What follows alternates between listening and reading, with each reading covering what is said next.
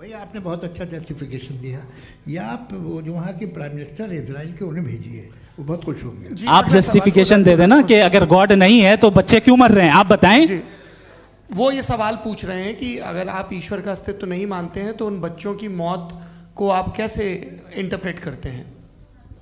भाई ये दुनिया जो है, जो ताकतवर लोग होते हैं वो एक नाइंसाफी करते हैं। तो ये अच्छा काम है आपके नजदीक, तो नेचर नाइंसाफी पे मबनी है। अरे मेरे भाई, आप नेचर की कहाँ बात कर रहे हैं, तो इंसान की बात तो फिर जब मैं इंसान की बात कर रहा था आप नेचर की बात करने लग गए। क्रॉस एग्जामिनेशन नहीं। हाँ, अब आप मुझे बोलने नहीं देंगे तो अलग बात है, आप बोलिए, मुझे कोई जल्दी नहीं। जी नहीं, ये क्रॉस एग्जामिनेशन मुझे बोल तो लेने दीजिए। जी बोलिए। क्या बात ये है कि ह्यूमन सोसाइटी तभी साथ में रह सकती है जब वो मोहब्बत से, एकता से, एक दूसरे के एहतराम करके रहे।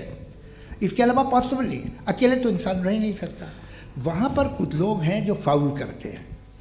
वो फाउल हमेशा से तारीख में होता आया है।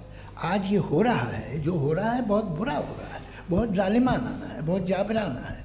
उसको आप कहें कि ये बच्चों को कॉम्पनसेशन मिल जाएगा या इसकी इंजेक्शन है, इंजेक्शन तो हेल्थ के लिए दिया जाता है। आप ये कह रहे हैं कि ये बच्चों की जो धज्जियां उड़ रही हैं ये इंजेक्शन है, ये टेस्ट है, ये टेस्ट है और उस टेस्ट में उनको ऐसा रिकॉम्पेंस मिलेगा जो आपके तस्वुर के बाहर है। ये आप 3 बरस के बच्चे को बारूद से उड़ा के टेस्ट ले रहे हैं। वाह, वो नहीं ले रहा है, खुदा नहीं उड़ा रहा है, इजराइल उड़ा रहा है जी। ये तो उसको कंडेम अगला सवाल लेते हैं।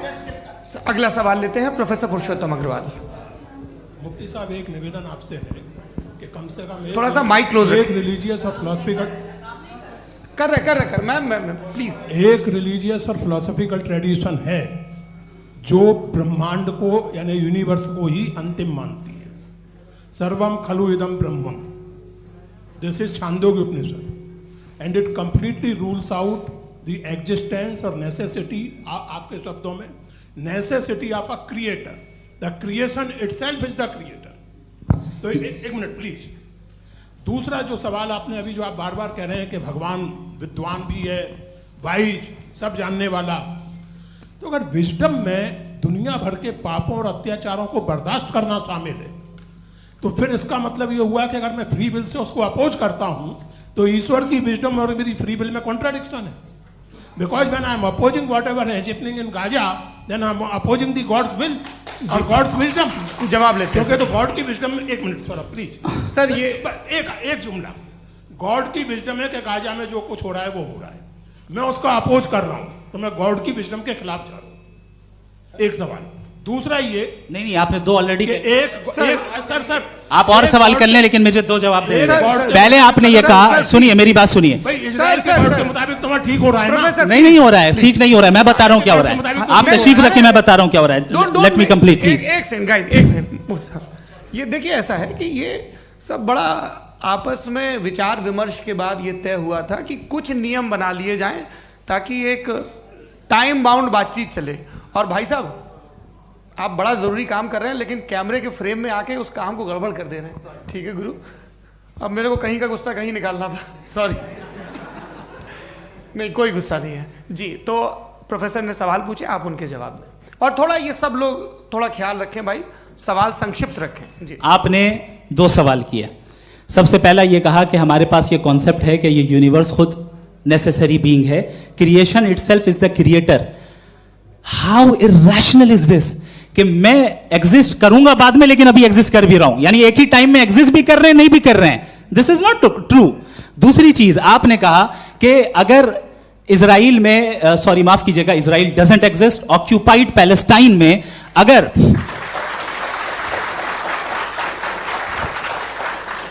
ऑक्यूपाइड पैलेस्टाइन में बच्चों को मारा जा रहा है फ्री विल की वजह से और गॉड नहीं रोक रहा, ये कॉन्ट्रडिक्शन है। ये बताइए कि एक एग्जाम में एक बच्चा गलत आंसर लिख रहा है, सुनिए, एग्जामिनर चाहे तो रोक सकता है, क्यों नहीं रोक रहा है?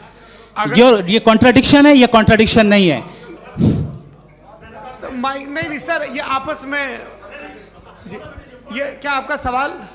माइक दीजिए। फ्री विल दिया गया है टेस्ट के लिए, अकाउंटेबिलिटी के लिए। अगर फ्री विल नहीं होता तो आप कहते हैं हमें रोबोट बना दिया गया। नॉट मिसरिप्रेजेंट माय पोजीशन, आपकी जो भी पोजीशन, मैं अपनी फ्री विल के नाते अपने ह्यूमन विजडम के नाते गाजा में हो रही अत्याचार का विरोध करता हूँ। बिल्कुल करना चाहिए। आपके हिसाब से मैं गॉड की विजडम का विरोध कर रहा हूँ? बिल्कुल नहीं, समाज हो रहा है गॉड की बिल्कुल भी नहीं, बिल्कुल भी नहीं। उसका वहां पर गाजा में कत्ल होना ये इंसानों के गलत इस्तेमाल का नतीजा है, फ्री विल के इस्तेमाल का नतीजा है। गॉड इसका हुक्म नहीं देता, उससे रोकता है। यही तो मसला है ना, आपके लिए कॉन्सेप्ट क्लियर नहीं नहीं भाई, आपने तो बताया था इंजेक्शन लगाने से बच्चे को तकलीफ होती है, ये इंजेक्शन लगा। सर आप ऐसे रेटोरिक स्टेटमेंट दें तब तो कोई मसला नहीं, आपने समझते बोला कि रहेंगे। Injection this is a rhetoric statement, this is not a logical argument sir. I am sorry, I am sorry. आखिरी 30 मिनट बड़े मुश्किल होने वाले हैं। जी मुफ्ती साहब आगे बैठे हैं, इनको माइक दीजिए। हाँ तरुण, माइक आप अपने पास रखिए, आपको कैमरे का फ्रेम पता है जी।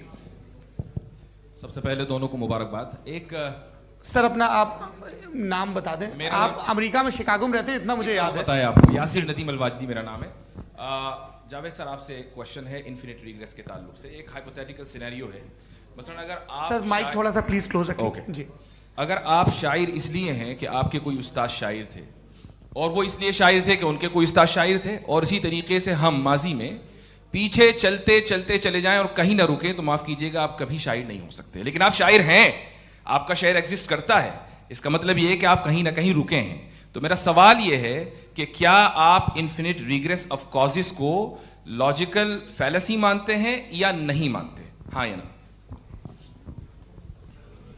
मैं इन्हें लॉजिकल फैलेसी नहीं मानता हूँ, लेकिन मेरा प्रॉब्लम यह है कि जब मैं नहीं मानता हूँ तो I will continue with this logic जो फैलेसी नहीं हो।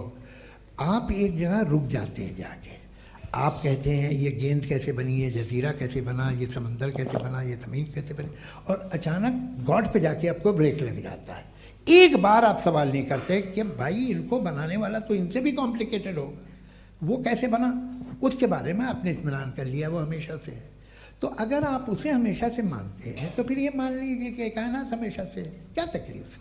फिर हम वजूद में नहीं आते जी हैं? हम मौजूद नहीं। अच्छा सर क्यों नहीं हो मैं सकते? बताऊंगा प्लीज प्लीज। जैसे मैंने मिसाल दी आपके शेर, आपका शेर कभी वजूद में ना आता अगर शायर इसी तरह चलते रहते हमेशा। जी माइक मेरे ख्याल से एक सेकंड। इन्फिनिट रिग्रेस का कॉन्सेप्ट क्लियर नहीं हो पाया, ऐसे रहने दें, लेट्स मूव ऑन सर। ठीक है। हाँ थोड़ा सा मॉडरेटर का भी ख्याल रखें। नहीं आपने तो रखा है, आपने रखा है। यहाँ पे गौहर रजा साहब हैं, वो भी एक सवाल पूछना चाहते हैं। माइक नीचे से ऑन कर दिए, नीचे। पहले तो ये कह दूं कि मैं उन बच्चों से शर्मिंदा हूं जिनको गजा में कत्ल किया गया, क्योंकि हमारे होते हुए कत्ल किया गया। लेकिन उससे ज़्यादा शर्मिंदगी इस बात से हुई कि मुझे लगा कि मुफ्ती साहब उसको जस्टिफाई कर रहे हैं। बिल्कुल भी नहीं, आप बहुत ही गलत। मुझे लगा मैं गलत हो सकता हूँ, बिल्कुल गलत मैं है। सवाल पूछ रहा हूँ, सवाल मैं सवाल पूछ रहा हूँ। मैं जावेद भाई से डिसएग्री करता हूँ। एक सेकंड देखिए, अगर देखिए ऐसा एक सेकंड आप सर वेट अरे आप कुछ मेरे पहले मुझे अपनी बात कह लेने दीजिए। अगर ऑडियंस तय करेगी तो फिर मॉडरेटर का मतलब नहीं। मेरा आप सबसे ये कहना है, ये बहस दो लोगों के बीच में है, एक तरफ मुफ्ती साहब, एक तरफ जावेद साहब। पिछले 1.5 घंटे से ये लोग अपने अपने तर्क रख रहे हैं। आपकी इनसे इत्तेफाकी हो सकती है, ना इत्तेफाकी हो सकती है। मेरे उस्ताद मुझे सिखा गए हैं कि मुखामुखम में असहमति की गुंजाइश बची रहनी चाहिए। अगर मैं आपकी बहुत इज्जत करता हूं गौहर साहब, आपने जो कमाल की किताबें लिखी, साइंटिफिक टेम्परामेंट, लेकिन मेरी ये गुजारिश है आप सबसे कि यदि आप इन लोगों ने जो बोला उन पर टिप्पणियां करेंगे तो ना वक्त की पाबंदी रहेगी ना वो अनुशासन। आप सवाल पूछ लें, उस सवाल में जो बात आ जाए वो आ जाए। मैं जावेद साहब से डिसएग्री करता हूं, इसलिए जावेद साहब से सवाल पूछ रहा हूं। आपका सवाल जावेद अख्तर साहब से। और सवाल ये है मेरा कि जावेद साहब ने कई बार लॉजिक का इस्तेमाल किया कि साइंस में लॉजिक है और रिलीजन में लॉजिक नहीं है। मेरा ख्याल ये है कि रिलीजन में भी लॉजिक है, लेकिन उस लॉजिक की बेसिस ये है कि आप रुक जाते हैं, जिसका जिक्र जावेद साहब ने बार बार किया, यानी खुदा के तसव्वुर पे आते हुए, गॉड के तसव्वुर पे आते हुए रुक जाते हैं। और इसमें सवाल पूछना मतलब फॉरबिडन होता है। सवाल यह है कि क्या जावेद साहब इससे एग्री करते हैं कि साइंस की लॉजिक अलग है और रिलीजन की लॉजिक अलग है? बताइए सर। देखिए 3 चीज़ें हैं, साइंस है, एक है मंतिक है, इस्तिदलाल है, और एक जो है कुछ भी नहीं है, फेथ है, अकीदा है। मैं अकीदे की लॉजिक का कायल नहीं हूँ। मुझे आप इस्तिदलाल से, लॉजिक से, रीज़न से समझाइए, मैं मानने को तैयार हूँ, मेरा क्या नुकसान होगा। लेकिन ये कि अकीदे पे मैं नहीं जा सकता हूँ। अकीदे का मतलब है कि तुम ये मान लो, सवाल ना करो, ये नहीं। आप सारी बातें करके, बड़ी साइंटिफिक बातें करके एक जगह जाके खुदा के वजूद पे रुक जाते हैं, सरेंडर कर देते हैं। मैं सरेंडर करने को तैयार नहीं। That's all. जी, ये आगे सर बैठे हुए हैं, इनको माइक दीजिए। भाई वो आप पूछना चाह रहे थे ना भाई? हाँ, नहीं मैं ये थैंक यू जी। आपका नाम?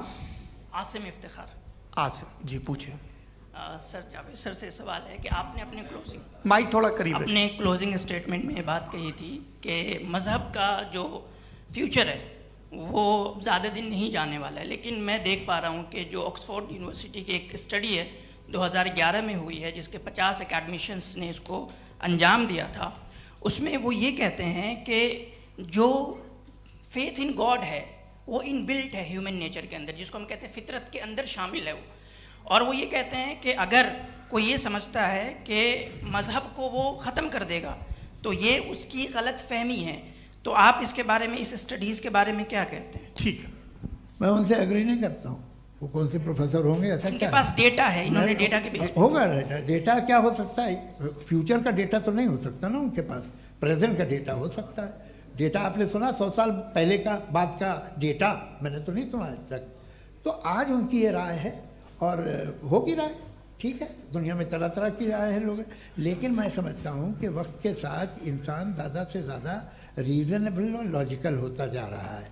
आज आप देखिए वेस्टर्न यूरोप में क्या परसेंटेज है नॉन बिलीवर्स की, बहुत हाई। वहाँ चर्च खाली पड़े होते हैं। तो अल्टीमेटली तो इंसान कोई ऐसी बात बहुत अरसे तक नहीं मान सकेगा, चाहे गलत या सही, जो उसे, उसके दिमाग को, उसके जहन को, उसकी लॉजिक को अपील न करे। वो कह रहे हैं तो ऑक्सफोर्ड के होंगे, तो कैम्ब्रिज के होंगे, तो मुझे क्या लेना देना। उनका डेटा मुस्तकबिल का नहीं हो सकता है। जी। दीपक, हाँ पूछिए।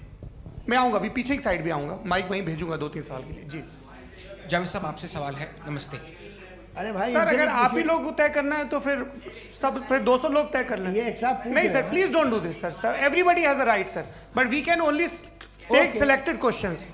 नो सर, ये यंग लोग भी हैं तो इनकी ये अब उतने सुनिए। यंग, भाई आप यंग हैं कि नहीं हैं? एक मिनट, वो कह रहे हैं वो भी आइए, यंग हैं पूछ रहे ना साहब। भाई। आप उनकी नौजवानी पर दावा उनको ही करने थे।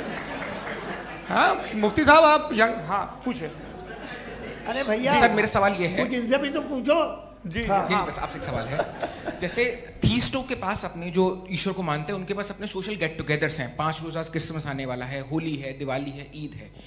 एथिस्ट क्या ऑफर कर रहे हैं? मतलब मैं इनकी दुकान से बोलूं, मैं आना चाहता हूं उस तरफ, पर मैं अट्रैक्ट नहीं हो पा रहा हूं। मैं सोशल गेट टुगेदर्स क्या है आपके पास?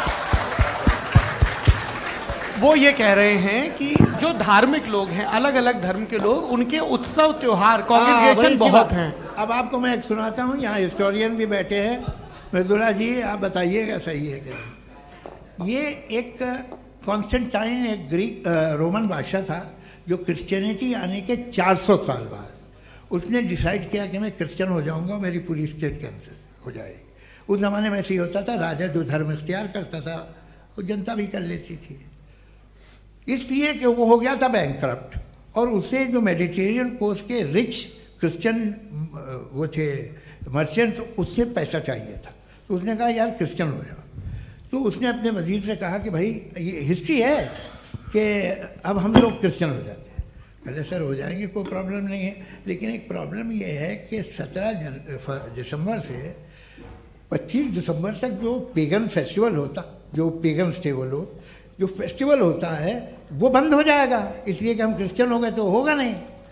तो वो बच्चों को बहुत बुरा लगेगा, पब्लिक को बहुत इन्जॉय करते हैं, ख़ासतौर से 25 को मेन डे। उसने कहा हाँ ये तो सही कह रहे हो। ये जीसस क्राइस्ट की पैदाइश कब थी? कहते साहब वो अप्रैल में थी। नहीं, कट करो, वो 25 दिसंबर को है। यह हकीकत है जी। और 400 साल बाद क्रिश्चियनिटी के अप्रैल से दिसंबर ले आए, और इसलिए कि यहाँ पेगन फेस्टिवल होता था। अब मनाते हैं आप आराम से। ये जो सारे फेस्टिवल हैं ये रिलीजन से, हर एक को एक इंटरटेनमेंट डिपार्टमेंट चाहिए होता है अपनी कंपनी चलाने के लिए। तो ये रिलीजन ने, ये सेकुलर त्योहार थे जिन्हें रिलीजन्स ने ले लिया है। ये मौसम के थे, फसलों के थे, किसानों के थे, उसको आपने लेके रिलीजियस रंग दे दिया। ये कोई रिलीजन से थोड़ी आए आप। अच्छा हमें देखिए, हम तो मुल्द हैं, हम ईद मनाते हैं, हम दिवाली मनाते हैं, हम होली मनाते हैं, हम क्रिसमस मनाते हैं। बम्बई की फिल्म इंडस्ट्री की सबसे बड़ी होली हमारे घर में होती है, सबसे बड़ी ईद हमारे घर में होती है। वो हमारी सोशल वो है, हमारा हेरिटेज है। ऐसा थोड़ी है कि we will throw the baby along with the water. ये तो अच्छी चीज़ है, इन्हें रखो, जो बेकार है फेंक दो। जी हाँ, हेलो जी, मेरा सवाल नादवी जी से है।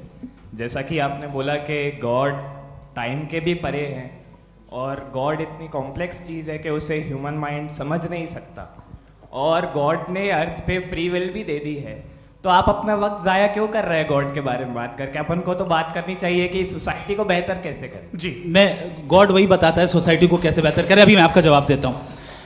आपने कहा कि टाइम पे वो एग्जिस्ट नहीं करता, सो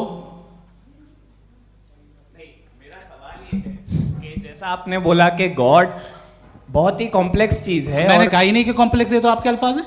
कॉम्प्लेक्स का लफ्ज गॉड के लिए सुइटेबल नहीं है। क्यों? क्योंकि कॉम्प्लेक्स वो चीजें होती हैं जो ऑब्जेक्ट हो। God is not an object जिसको आप इंस्ट्रूमेंट के जरिए लेबोरेटरी में जाके टेस्ट करें, oh it's very complex. No, वो कोई कार का इंजन नहीं है। मेरा वो फिलोसॉफिकली नेसेसरी बीइंग ऐसी बीइंग है जो सिंपल बीइंग है। हाँ, आप उसको मुकम्मल तौर पे उसकी तमाम हिकमतों को जान ले और हर चीज को जान ले, ये पॉसिबल नहीं है, क्योंकि वो ऑल वाइज है, आप ऑल वाइज नहीं है, और वो खुदा है, वो आपको सारी चीजें बता दे, ये जरूरी नहीं है।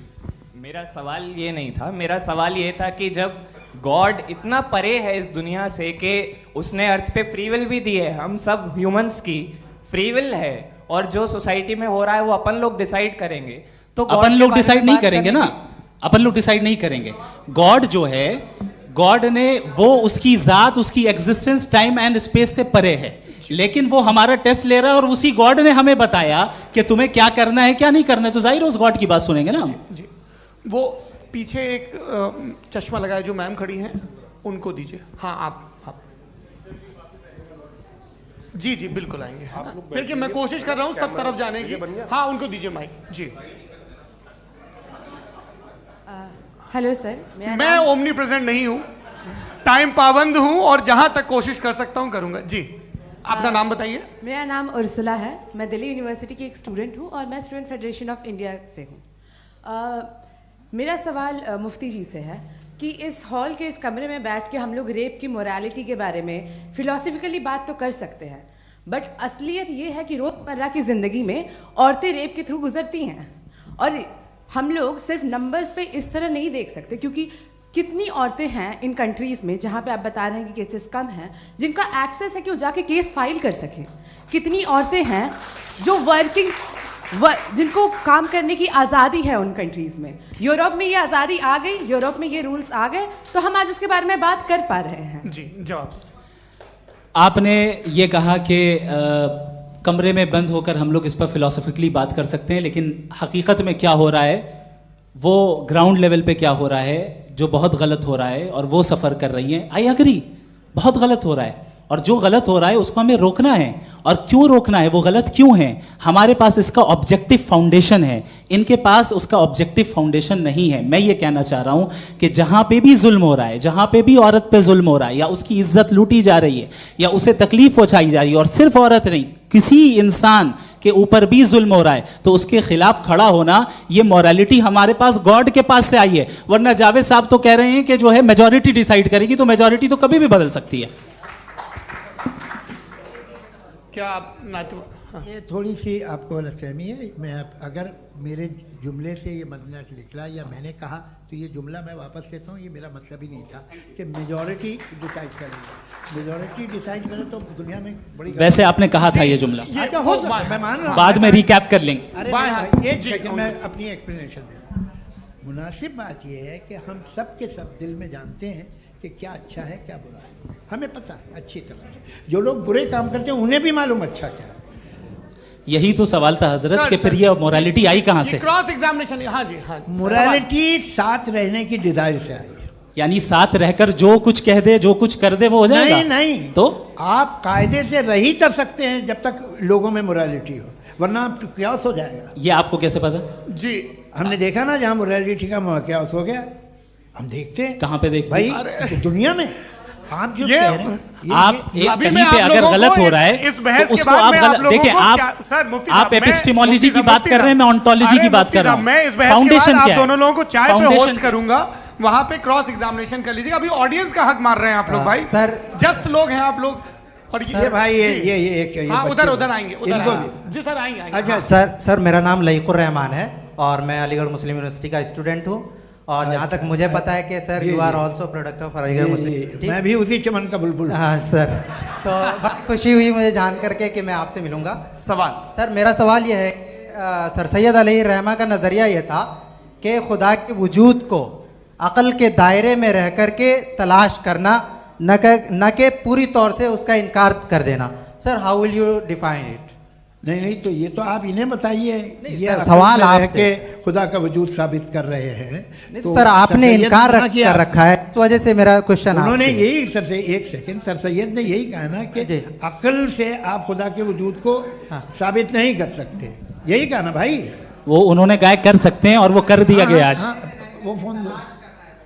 तलाश करना या साबित करना अक्ल से अक्ल से नहीं सर, हो सर, सकता। अरे सवाल तो सुन लीजिए जी। अक्ल से नहीं हो सकता है, यही कहा ना आपने। अक्ल से हो सकता है। अरे वो यही कह रहे हैं भाई, आप बता रहे हो सकता है, वो तो कुछ और।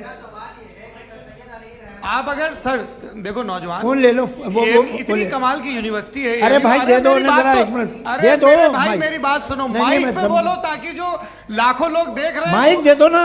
अरे देंगे ना माइक, तुम ठहरो तो। हाँ सर मेरा सवाल ये था कि सर सैयद अलैहि रहमा का एक नज़रिया था अपना कि खुदा का जो वजूद है उसको अक़ल के दायरे में रह करके तलाश करना है, न कि पूरे तौर से इनकार कर देना है। ये उनका कॉन्सेप्ट था।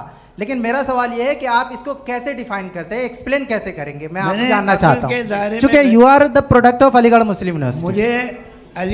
मुझे अक़ल के दायरे में रख के मैंने बहुत तलाश की, मुझे मिला नहीं। हाँ ये इधर उधर वो चश्मा लगाए जो, हाँ उनको दे दीजिए। जी जी फटाफट पूछिए, बस 5 मिनट है, 5 मिनट में खत्म हो रहा है। हाँ अस्सलाम वालेकुम मुफ्ती साहब। एंड मेरा सवाल जावेद अख्तर साहब से। क्या नाम है आपका? अरे भैया सब मुझे तो पूछ रहे हो। हाँ, फैज पूछिए फैज साहब। तो मेरा सवाल ये है कि अभी जो एथियस्ट है वो problem of evil argument use कर रहे हैं अगेंस्ट मुस्लिम्स, राइट? कि इस दुनिया में इतना सारा ईवल है और अगेंस्ट मुस्लिम तो यहाँ अगेंस्ट थियस्ट। हाँ थोड़ा सा करेक्ट कर लीजिए भाई, पूरी मशक्कत ही इसी बात की थी कि किसी एक मजहब पे बात ना टिके। जी तो बेसिकली ये आर्ग्यूमेंट ऐसा है कि इस दुनिया में इतना ज़्यादा ईवल एग्जिस्ट करता है और अगर एक ऑल गुड गॉड है तो वो रोकता क्यों नहीं है? लेकिन इस सवाल में एक हिडन अजम्पशन ये है कि इस दुनिया में ईवल एग्जिस्ट करता है। अब एथियस्ट ये कैसे ऑन्टोलॉजिकली प्रूव कर सकते हैं कि इस दुनिया में ईवल एग्जिस्ट करता है? मैं आपको बताता हूँ, थोड़ा सा समझा। नहीं सर, आप हम लोग इनको सुनने आए। नहीं please don't do that. I want to explain ontologically. नहीं हम समझ गए सर, इनको अब जवाब देने दीजिए। अच्छा सवाल पूछ लो। मैं अभी तक क्या था वो मैं थोड़ा सा ऐड ऑन कर लेता हूँ। तुम गुरु, तो हम जब इसका राउंड 13 करेंगे ना तब तुमको स्टेज पे बिठाएंगे। जी तो हाँ जल्दी से। तो देखिए एथियज्म के हिसाब से सब कुछ रैंडमली बन गया है, सब कुछ एटम्स और मॉलिक्यूल्स है। एक पत्थर में और मुझ में सिर्फ इतना फर्क है कि हम लोग एटम्स और मॉलिक्यूल्स का अलग अलग रीअरेंजमेंट है। अब एक पत्थर को कोई इंसान तलवार से 2 टुकड़ों में काट दे या मुझे, according to atheism it is same. There is no evil and good according to atheism. जी अच्छा, फैज साहब का सवाल ये है कि हाँ कोशिश भी करते तो इससे गलत सवाल नहीं कर पाते। एक लाइफ फॉर्म है और लाइफ फॉर्म में फीलिंग्स हैं, मतलब लाइफ फॉर्म सुनता है, देखता है, टेस्ट कर सकता है, फील कर सकता है।